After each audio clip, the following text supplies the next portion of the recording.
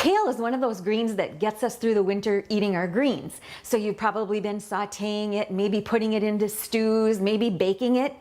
Well, today I'm making a salad because kale is also really nice in a salad. And although you may think, ooh, it's kind of bitter and the leaves are kind of thick, you can give it some special treatment and it gets really nice and tender and silky smooth and delicious, a little bit sweeter too. So I'm going to make a kale salad today, and to start with, I've washed the kale, I've pulled the leaves off of those thick ribs, and then I'm just going to use a knife, nice sharp knife, and cut it into thin ribbons. And once you've got your kale cut into ribbons, put it into a bowl, and then it gets the special treatment, which is a little bit of a massage.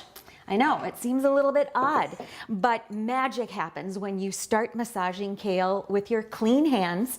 It gets really soft, the color gets a little bit darker, and if you do it for maybe 3 to 5 minutes, it does take a while, but just give it a little taste.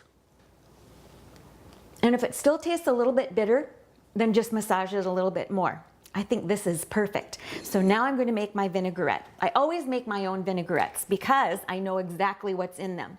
So actually I'll start by putting 3/4 cup of olive oil into my blender along with a 1/4 cup of apple cider vinegar. Gives it a little bit of a tang.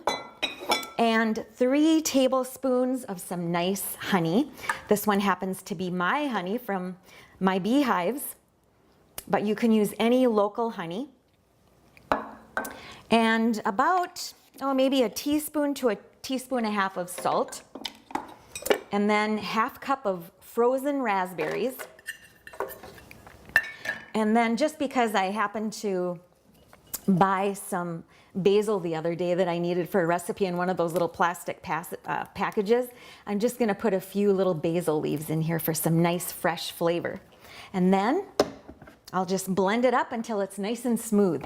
I'm just going to take some of this kale, put it on my plate, and drizzle a little bit of this raspberry vinaigrette over my greens. And then you can add whatever you want. Today, I'm going to add some sliced pears because the pears seem to be so nice and sweet and juicy right now in the stores. So I'll just arrange a few pears over the top. And I've got a quick lunch, good side salad. Kale is wonderful, it's delicious, so give it a little bit of a special treatment. I'm Sue Doden, sharing good food for good life 365.